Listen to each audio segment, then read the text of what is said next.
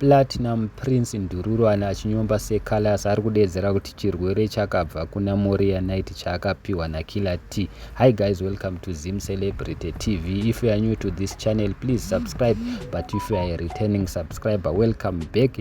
Guys, hapana kumira zvakanaka, ndaona tanakirwa. Iyi ndononzi Zim Dancehall manje.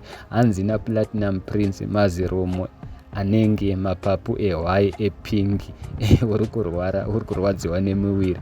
Imimi amainini sheli ndokupfekedza ipitikoti nechirwere chakabva kuna Moria Knight chaakapiwa naKiller T. Saka atora nyaya iyi akaita personal, which means apari kuzama kuti seColors pavachiri kudanana neex-wife yake Moria Knight, Killer T akadyika bota. Guys, ndo nyaya iripo.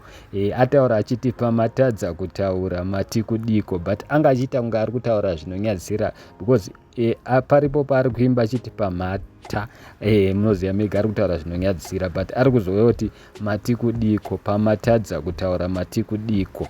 Iri rinonzi dhisi, rinonzi pamatadza.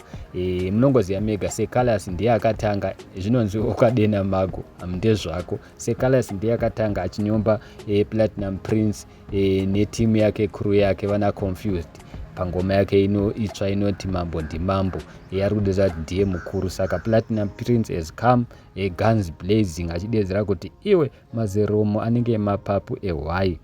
Hanzi chirwere ichi hachichatyisi, chingokabira mapiritsi. So guys, handizivi noti kudii munogona kunoinzwa ngoma yaPlatinum Prince haina kumira zvakanaka, mahwambi murambi, ndaona tanakirwa. Ndo inonzi Zim Dancehall isina chitsotsi, zvisina kupokana, kwete zviya zvekuti vanhu vanonge vachingoti hey ngatitei mari tinyepere vanhu. But manje apa pamahwani seColors naye angaona kuti akufa nenzara. Munhu ayajaira kutukana naye ndiSoldier Love, munongoziva mega Soldier Love is no more. Saka atuka anyomba vanhu vakawanda, of which zvinotonakidza kana pakadaiwo mahwambi murambe. But manje hamene kuti achapabuda achirarama here seColors apa, because last time akamhanyiswa kuchipatara chinzi ari kurwara akaramba. seColors akati hachisi chirwere cheHIV chemukondombera ichi.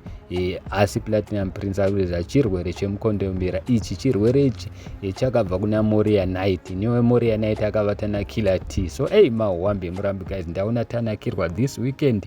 Mirai muone, because iye seColors wacho haasati apindura, but pane vanhu vakawanda vari kuda kutopindura panyaya dzacho. Daddy Hopewell, our number one journalist, vakauya vachiitawo madhisa. Havakatadza, vanga vagare pasi vari right zvavo vachiita zvepolitics. Ngavasiyire vanhu vanoimba.